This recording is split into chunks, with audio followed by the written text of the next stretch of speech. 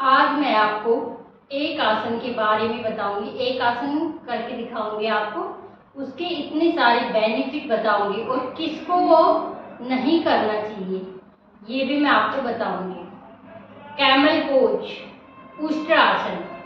उष्ट्रासन की प्रैक्टिस कैसे की जाती है, उसके बेनिफिट क्या क्या है, कहाँ पे स्ट्रेच आता है, बॉडी के किस पार्ट पे ज़्यादा स्ट्रेच आता है, मैं उसके बारे में आपको बताऊंगी।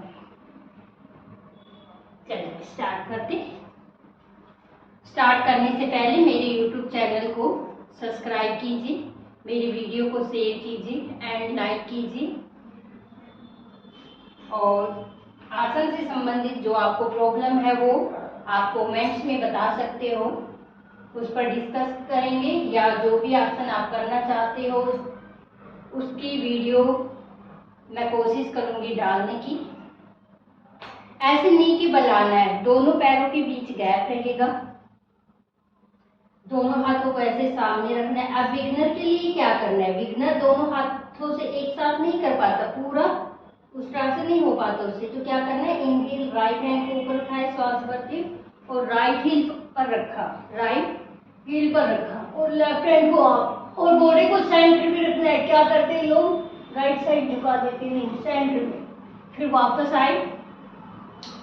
अब चेंज किया साइड, लेफ्ट हैंड को रोल किया, लेफ्ट हील पर रखा, बॉडी को सेंटर में, बैकवर्ड बेंडिंग, जितना आप पीछे जा सकते हैं, दूसरे हाथ को ज्ञान मुद्रा में ऐसे, फिर वापस। अब मैं पूरा करके दिखा रही हूँ आपको, पूरा कैसे करना है। दोनों हाथ सामने, राइट हैंड को रोल किया, राइट हील पर रखा, लेफ्ट हैंड को रोल किया, इनहेल अप, एक्सहेल डाउन, ये हेड को डाउन, चेस्ट अप, पेल्विक को आगे। अब देखिए इस पे स्ट्रेच कहाँ आ रहा है, सबसे ज्यादा थाइस पे, थाइस पे स्ट्रेच आ रहा है, थाइस की मसल स्ट्रॉन्ग होगी, और फिर उसके बाद पेट पे स्ट्रेच आ रहा है, पेट की मसल स्ट्रॉन्ग होंगी, पेट पे जो एक्स्ट्रा चर्बी बढ़ी हुई वो कम होगी।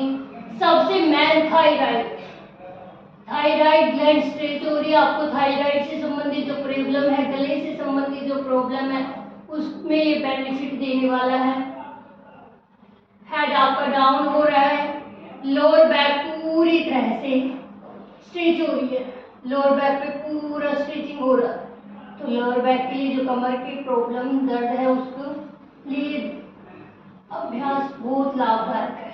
अब वापस आएंगे, लेफ्ट हैंड राइट हैंड, ये मैंने करके दिखाया। अब किसको नहीं करना चाहिए, जिसको फिलहाल में सीवियर बैक पेन है उसको ये बड़ा सावधानी से हाफ हाफ करना चाहिए। हाफ में भी क्या करना चाहिए, एक हाथ रखा और इतना भी, ठीक है, फिर दूसरे हाथ को लोअर बैक पे रखा, दूसरी साइड से, ऐसे दोनों साइड से आप 10-10 सेकंड होल्ड करो। स्टार्टिंग 10 से करो, फिर धीरे धीरे आप ये अभ्यास करोगे तो आपकी बैक की प्रॉब्लम ठीक होगी, मसल स्ट्रेच होगी, तो वो फिर प्रॉब्लम धीरे धीरे ठीक होगी, तब आप उसको पूरा करने लगेंगे।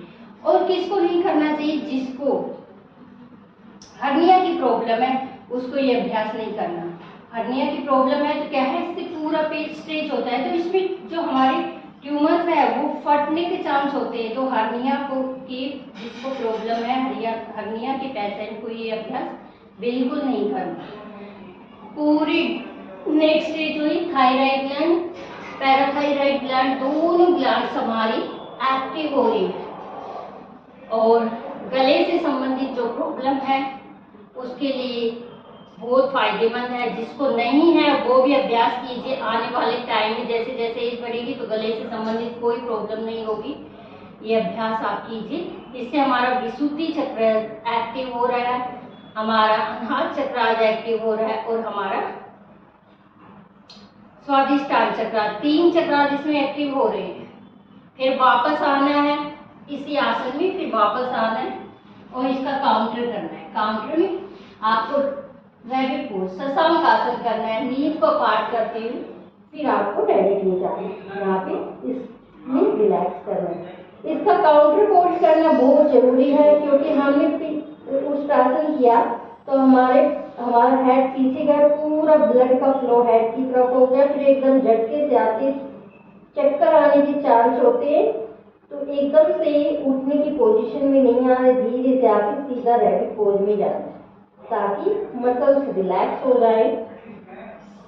और फिर धीरे से सामने देखते हुए ऐसे बैठने की पोजीशन में सीक्वेंस से जाना है, हर आसन में सीक्वेंस से आना है।